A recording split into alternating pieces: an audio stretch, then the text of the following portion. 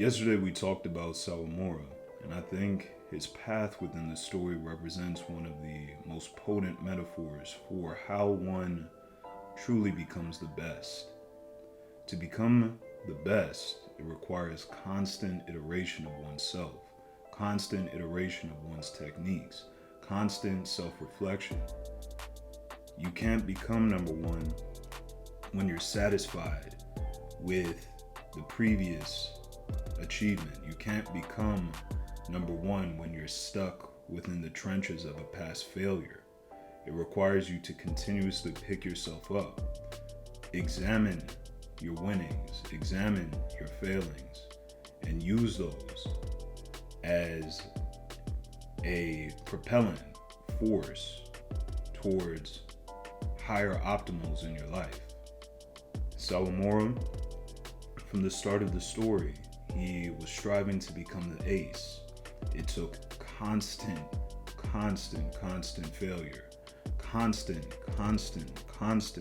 drive and determination to finally get the ace moniker. And what made the pathway to becoming number one so much sweeter was that Sawamura dedicated the entirety of his being towards overcoming failure time and time again. When he failed his team, he reflected on how he could better himself so that he doesn't experience it again. And even when he did experience it again, he used that to further his cause. And we have to operate in the same vein.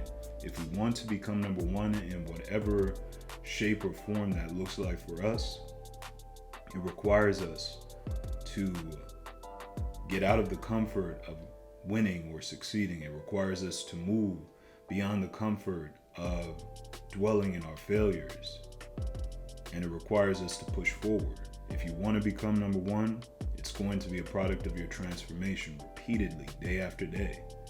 I often think that becoming number one or achieving our goals is just going to be some grandiose thing that the heavens open up and pour out to us. My son or my daughter, I see you there. Here is the goal. Here is the achievement that you've always wanted. No, nothing goes like that. If you want to become number one, start tonight. Start tracking how you did at the end of each day as it relates to your habits, as it relates to your failures. Reflect on how you can do better the next day. That's what number one looks like, or the path to becoming number one looks like. It's not a grandiose thing. It's really a boring and solemn experience day to day.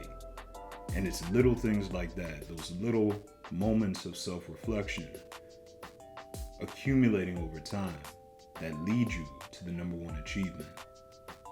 So how did Sawamura ultimately achieve the ace jersey?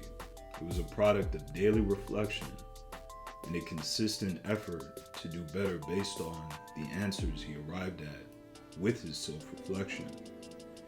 And we can draw from Sawamura's example and put it into context within our own lives. Whereas when we begin to self-reflect, on where we may have gone wrong, where we could go better, what we need to do better, how can we get there? When we begin to ask ourselves questions like this over time, by consistently putting in the necessary courage to arrive at answers to questions of a similar vein, ultimately, when we put effort after deriving these answers, when we put effort into acting on the answers that we arrive at, ultimately, this creates the path that lead us to number one in whatever depiction that takes within our own lives. So the question again is, how do we become number one? It begins tonight with the courage, the profound courage, to reflect on where you went well, what you will do better, and putting forth the effort based off of the answers to questions of a similar vein. So if you want to become number one, if you want to garner the number one jersey, begin tonight. 1.